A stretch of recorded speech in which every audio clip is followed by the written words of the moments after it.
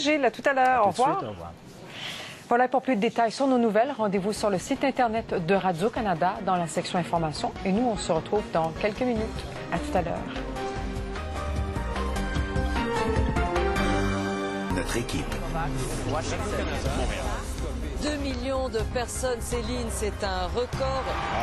C'est arrivé à plusieurs. Les prochains mois seront très, très importants. Nos reportages en direct. Nous vous présentons une édition spéciale. Nos entrevues. Nos analyses. Et Céline Galipeau. Toutes nos forces sont réunies pour vous offrir, soir après soir, le bulletin de nouvelles le plus complet qui soit. Sur RDI.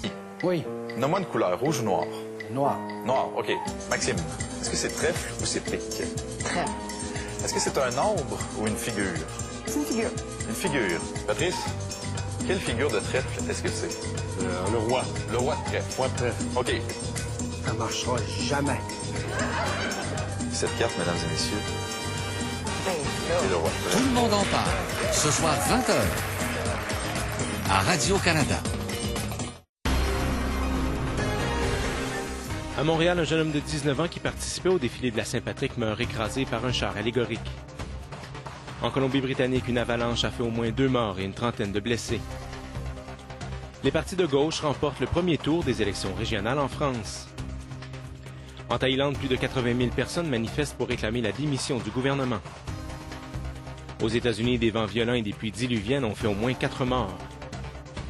Dans une entrevue au Soleil, l'ancien ministre libéral Marc Bellemare juge que Jean Charest est frileux face à la FTQ. Et à Montréal, une fusillade a fait 3 blessés la nuit dernière sur le boulevard Saint-Laurent. Vous êtes en direct à RDI.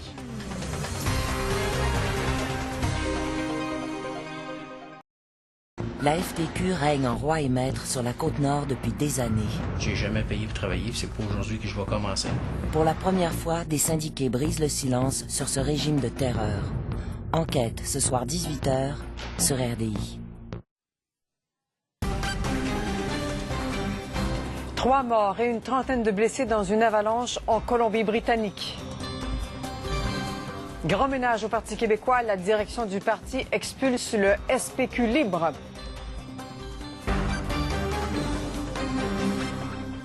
Bonjour, 2 personnes ont été tuées et d'autres sont toujours portées disparues à la suite d'une avalanche dans les Rocheuses en Colombie-Britannique. La tragédie est survenue hier après-midi alors qu'environ 200 personnes assistaient à un grand rassemblement de motoneigistes près de Revelstoke.